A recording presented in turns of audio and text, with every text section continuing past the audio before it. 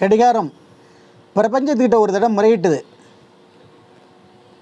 நான் ஒரு நாளைக்கு 1440 தடவை சுழல்றேன், இதே மாதிரி ஒரு வருஷத்துக்கு எத்தனை தடவை சுழலணும், அதே மாதிரி இன்னும் எவ்வளவு நாள் நான் சுற்றுறது அப்படின்னு சொல்லிட்டு கவலைப்பட்டுச்சுது.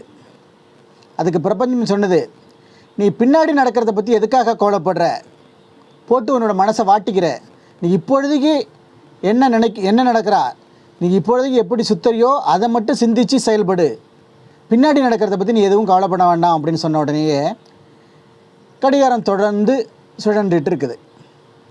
நேயர்களே, ஒரு குருநாதர் இருந்தார். அவருக்கு 4 சீடர்கள் இருந்தாங்க. ஒரு நாள் வெளியூர் பயணம் போகிறதுக்காக மூட்டை முடிச்சுகளோட மாட்டு வண்டியில் பயணம் பண்ணாங்க. அப்படியே போயிட்டு இருந்தார்.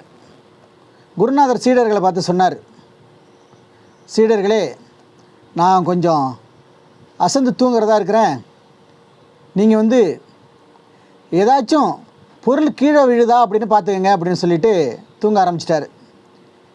வண்டி ஒரு மேட்டு பள்ளத்தில் ஏறி இறங்கின உடனே அந்த மூட்டை முடிச்சில் கீழே விழுந்துட்டுது.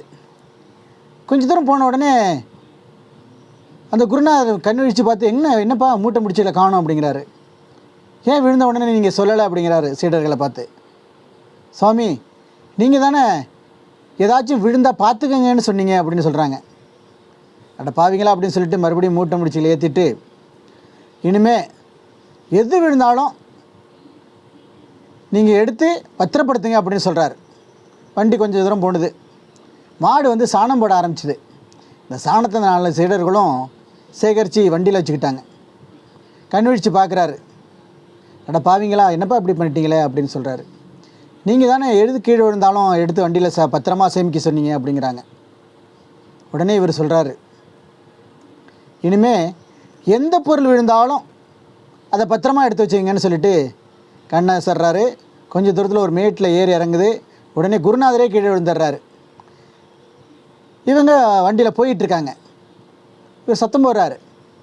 உடனே அந்த சீடர்கள் சொல்கிறாங்க, ஏன்ப்பா என்னை தூக்கலை, நான் விழுந்துட்டேன், என்னை தூக்கலையே அப்படின்னு அவர் கேட்குறாரு. அதுக்கு சொல்கிறாரு, நீங்கள் தானே சொன்னீங்க எந்த பொருள் விழுந்தாலும் அதை தூக்கணும்னு சொல்லிட்டு அப்படின்னு சொல்கிறாங்க. இதிலேருந்து என்ன தெரியுது அப்படின்னு கேட்டிங்கன்னா, ஒரு குருநாதருடைய பலம், அவங்க சீடர்கள் நல்ல புத்திசாலிகளாகவும் அறிவாளிகளாகவும் இருந்தால் தான் அந்த குருநாதருக்கு பலம். நன்றி நேயர்களே.